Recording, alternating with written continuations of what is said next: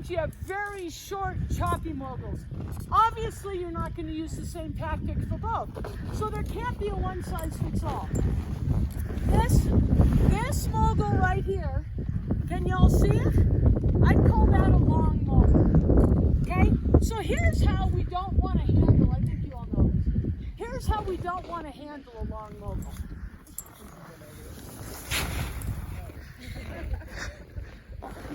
Does that sound familiar? That's my turn. Is that your turn? You guys are good at that? That's not, so, you know, our vision comes into play. We need to recognize and see a longer mogul. That matters, right? So what I want to encourage is that if this is the mogul we're going to ski on, I'm not going to hang out right there. Because to me, that's the steepest place on the mountain. To me, that's like a cliff, right? If I hang out right there, my skis are kind of high on edge, and then I'm forced to side slip down it, right? And you can do that, and sometimes you need to, okay? That's one of the tactics that sometimes you'll use. But what I'd like to encourage, and I'll just tell you my favorite and my bias, is this. If this is the mogul we're skiing around, I am going to reach out to the neighboring bump, because right here, my ski is not high on edge. It can be flat, and I can steer. I can really shape my turn, as opposed to being right here on the back side of the bump, which I call a little bit of a cliff, where your skis are going to be high on edge. And when your ski is high on edge, you can't smear. So on this one, where are you going to steer your way out on that side? Are you going to come over the top and reach? A long bump, a long smeary turn. Okay. Come right down here. Okay. Now, again, there's not a right or wrong. If it's a long bump, and if you're agile enough, you can make 2 turns right on the spine of the bump. Awesome. Go big. And sometimes you might do that.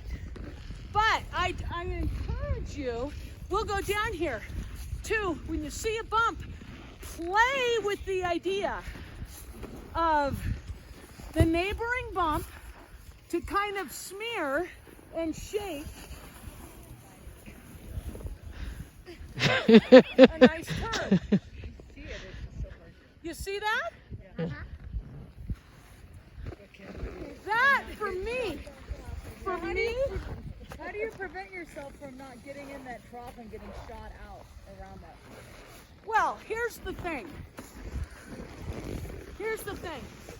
You can't just put your skis there and then wait for something to happen. What about pray?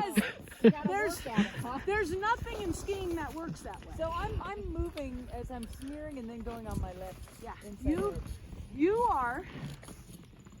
you are placing your skis up there and actively steering. Yeah. Actively steering at a tempo and rate that matches this bump, so that you have completed your steering and your smearing by the bottom of that bump. And it's possible by the bottom of that bump, you even add a little bit of a J-turn, a little more of a steering, where you steer your tips up the hill just a little bit to control your speed even more. Okay?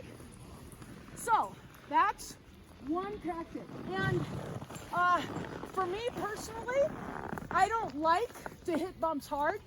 I don't like to have to absorb like hard and fast and hard. Zipper line, I love the rounder turn. Floaty, this requires a bigger turn. than might be comfortable than what you're used to in bumps.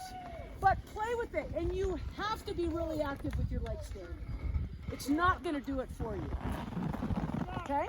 Stay off the edges, flat skis. Yeah. You're skiing your bases. Okay. You're skiing your bases more with this technique than you are skiing your edges. Patience comes in. It's slow. It's a little bit surfy. Little bit surfy with that mogul. That I call it the neighboring mogul. Okay?